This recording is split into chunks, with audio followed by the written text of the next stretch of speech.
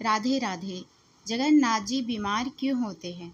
हमारी हिंदू परंपरा में ज्येष्ठ पूर्णिमा का विशेष महत्व होता है।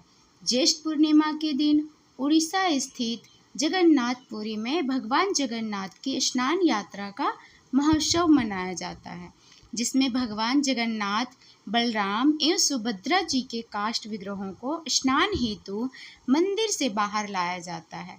इस यात्रा को पहानी कहते हैं। श्री विग्रहों को मंदिर से बाहर लाने के पश्चात उन्हें सूती परिधान धारण करवाकर पुष्प आसन पर विराजमान किया जाता है।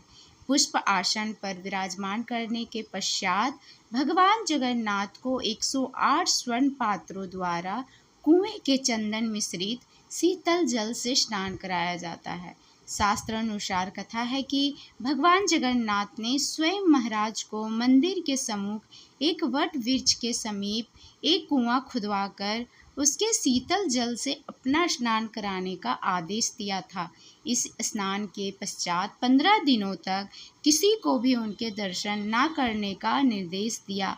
ज्येष्ठ की भीष्म गर्मी में शीतल जल से स्नान के कारण भगवान जगन्नाथ को ज्वर बुखार आ जाता है और ये अस्वस्थ हो जाते हैं। शास्त्र अनुसार भगवान जगन्नाथ के अस्वस्थ होने को उनकी ज्वर लीला कहा जाता है। इस अवधि में केवल उनके निजी सेवक, उन्हें दैत्यगण कहा जाता है, वे ही उनके एकांत वश में प्रवेश कर सकते हैं।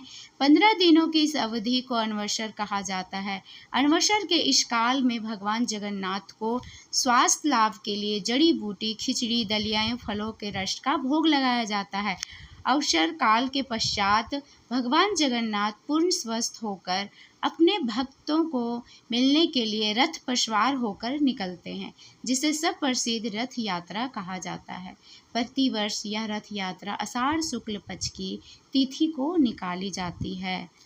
तो राधे राधे। अभी हमारे जगन्नाथ जी बीमार हैं, तो आप सब उनके ठीक होने के लिए जगन्नाथ मंत्र का उच्चारण करिए। राधे राधे।